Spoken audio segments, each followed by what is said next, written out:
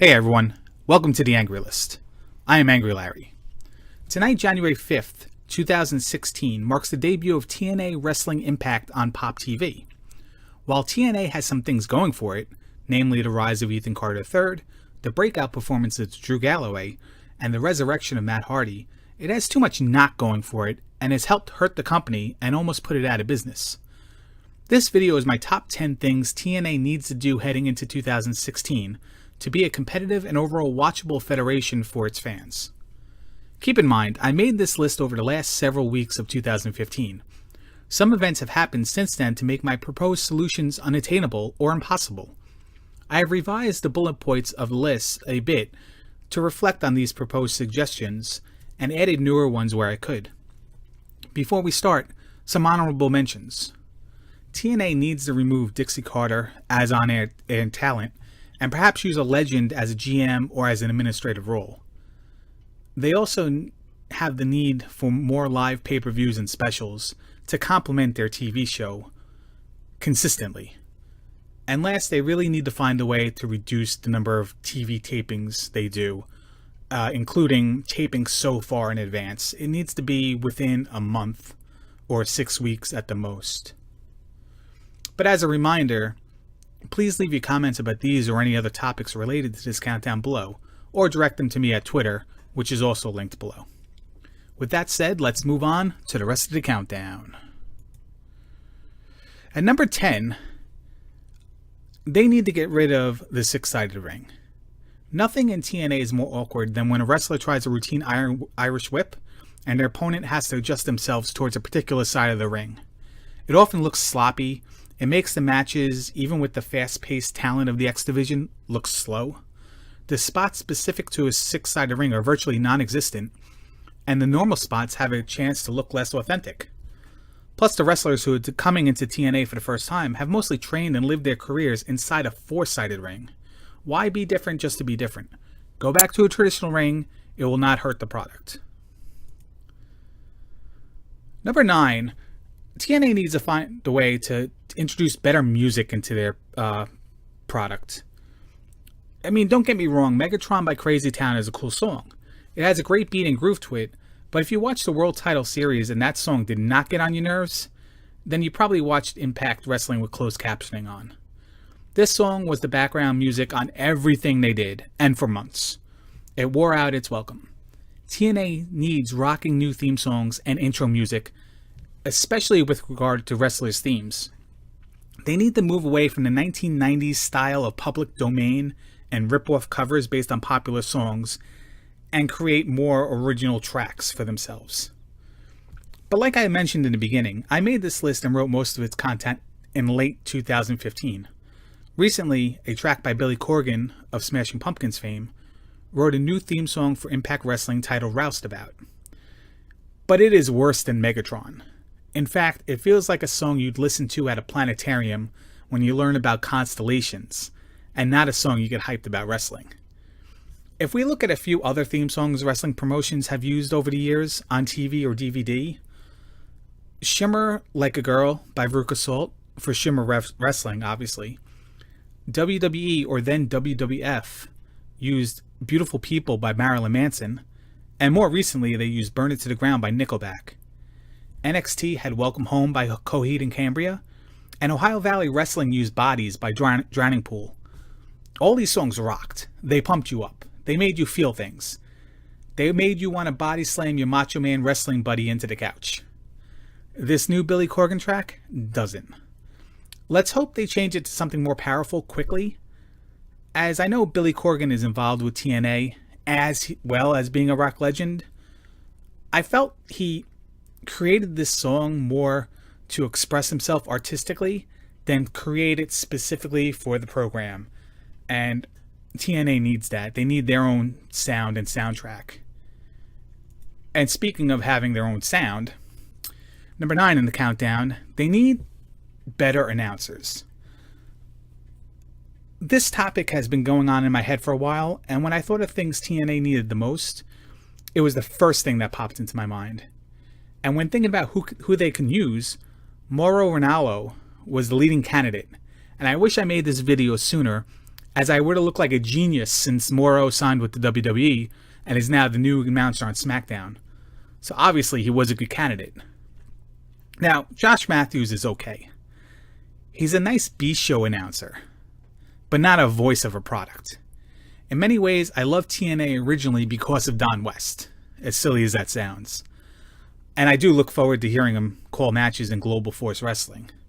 As bad as he was, or could be, he had a voice. Some may have known him from his shop-at-home days, hawking baseball cards. I know I did. In fact, I regularly quote Don from these times when talking about PSA Gem Mint 10 McGuire rookie cards and paying with stretch pay. Of course, I also do a Don West impression when AJ Styles does a Pele kick. But do you ever do a Josh Matthews impression? That's my point. They have no voice. And don't get me started on the Pope. He's terrible.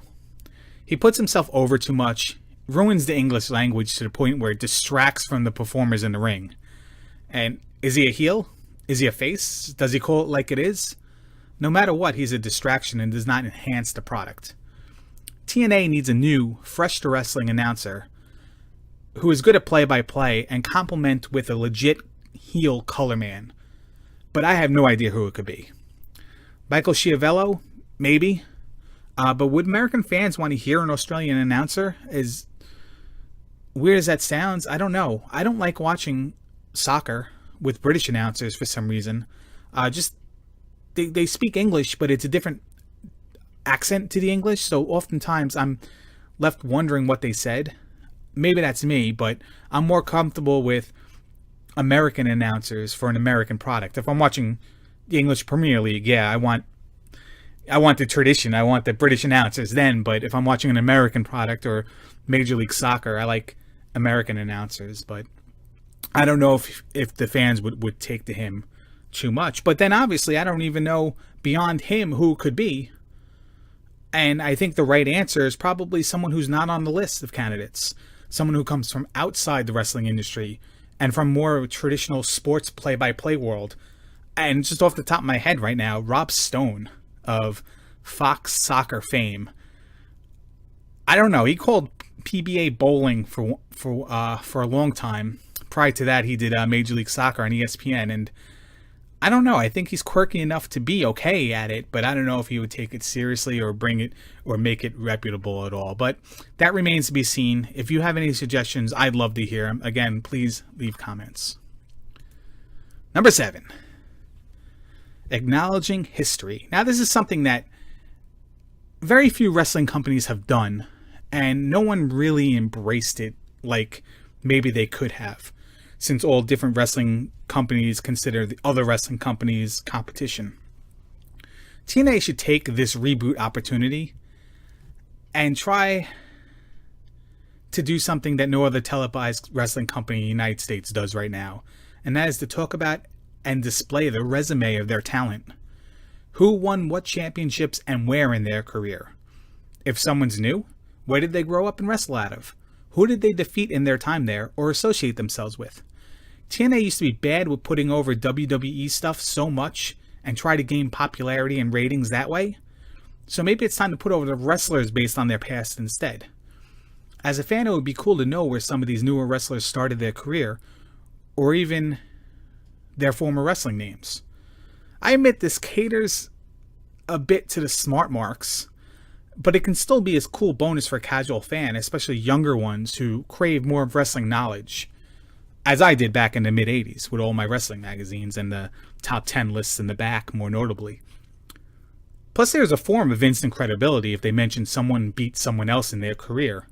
And as long as they don't use that to put themselves over on WWE and use it as to enhance the wrestler's ability, I think this is a welcome asset to their programming.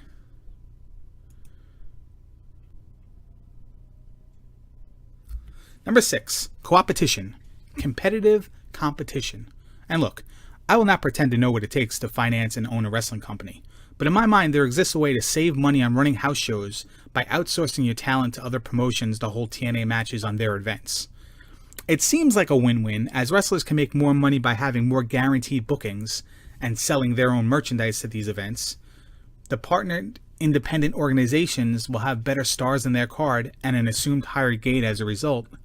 And TNA can offset some of their costs by having the wrestlers work these events, promoting TNA, and maybe even send someone to sell TNA merchandise there as well. This is added exposure to their product. And for a company who virtually went out of business, I don't think it would hurt to partner with the better or the best wrestling organizations in the independent scene. They could also trade some TV time too, in form of mentioning upcoming events where you can see TNA talent locally at these other federations.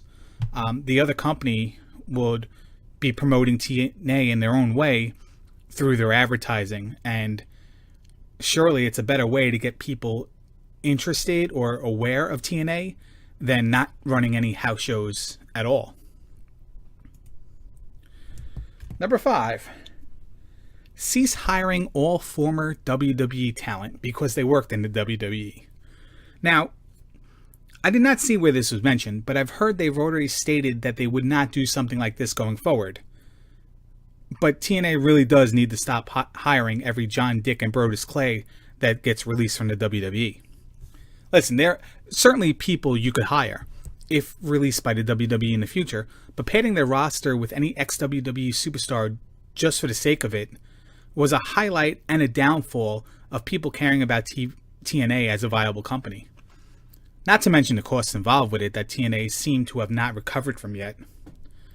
If Cena is released, yeah, of course you try to get him if you can. Ziggler, Neville, Owens, Cesaro, yeah. It would be dumb not to try to sign them.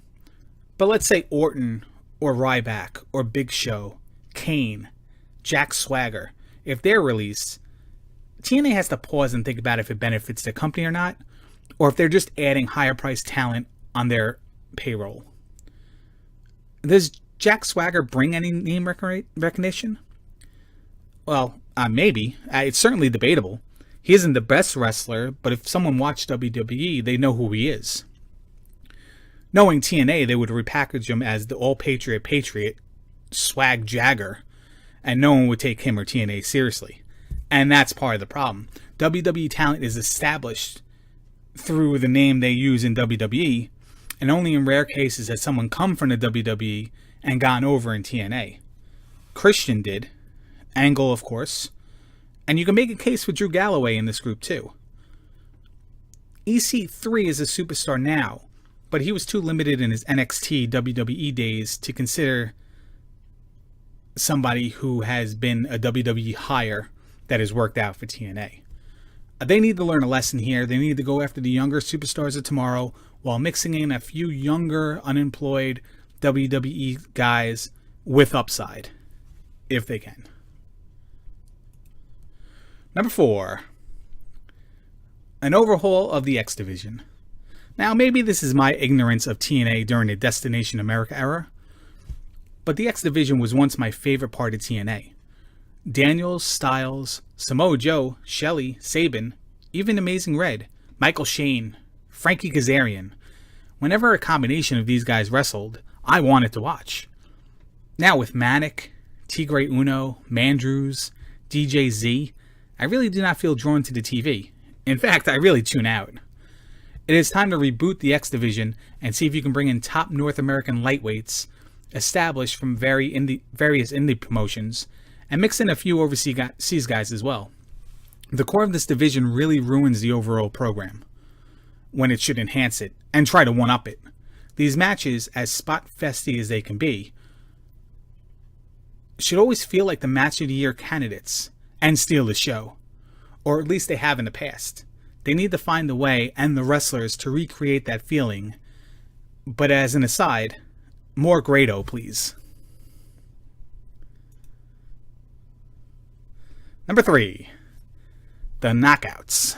Now, the Knockouts have been a great part of TNA.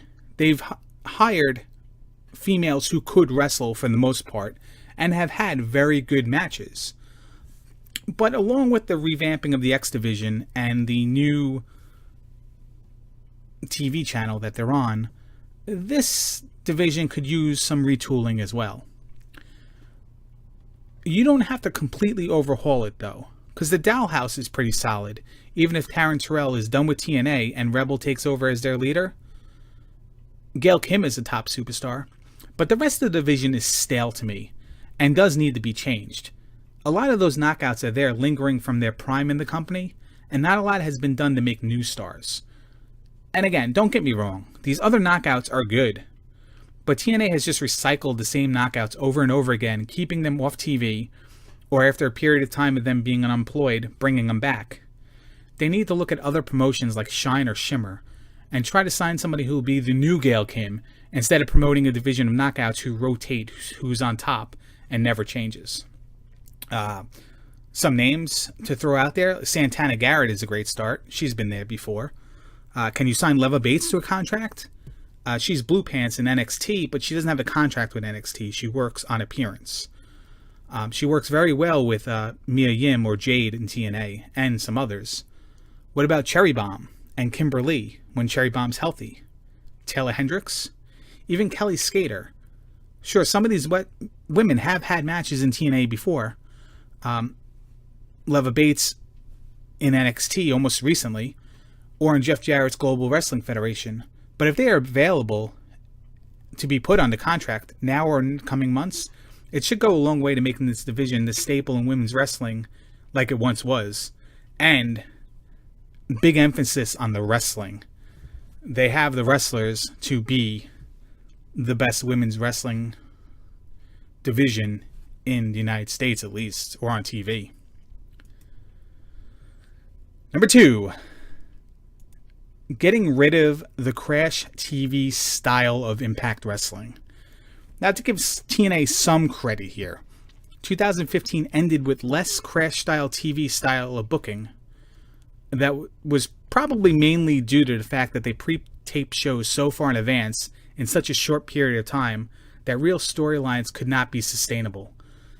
With the last few weeks, maybe months, being the TNA title tournament, there's no real need for storylines there because of its formatting. So it really hasn't been on the forefront in a while.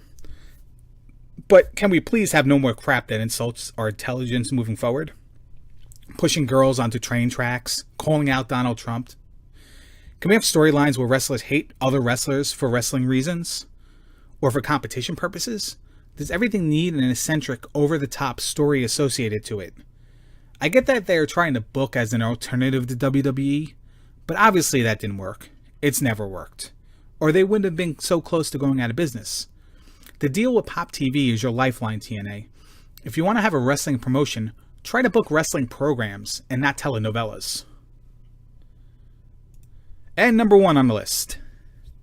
Stop with the gimmick matches.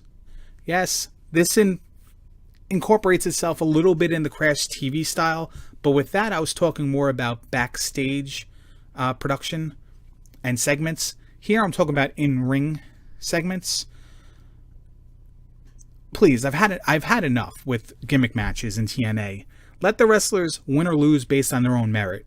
In 2015, most all matches on TNA Impact Wrestling had a gimmick attached to it. No countout, false count anywhere, street fight, full metal mayhem, an open mic challenge, and that still confuses me. You want to be a contending wrestling company in the United States, rival to WWE, then do the wrestling better than they do. Stop constant screwjob endings. Stop using gimmick matches all the time. Use and save them for special occasions instead of them having regular occurrences on your programming.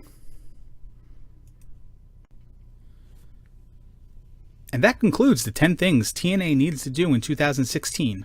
If you enjoyed this countdown, please throw it a like and subscribe to the channel for more wrestling lists, show recaps, and a lot more. Have a question, suggestion, or comment about a particular topic? Leave a message below or follow and contact me on Twitter. Also, stay tuned for my Let's Play style series on YouTube featuring The Binding of Isaac Afterbirth, XCOM, Enemy Within, and Ease 1 Chronicles, which debut soon. And my Twitch channel where I stream Marvel Heroes and other games weekly. If you are jonesing for more wrestling content, please check out and subscribe to the Game and Wrestling Connection YouTube channel, where I co-host weekly and special event shows with my buddy the Duke. They are all available in link form below. This is Angry Larry, and until next time, get off my computer.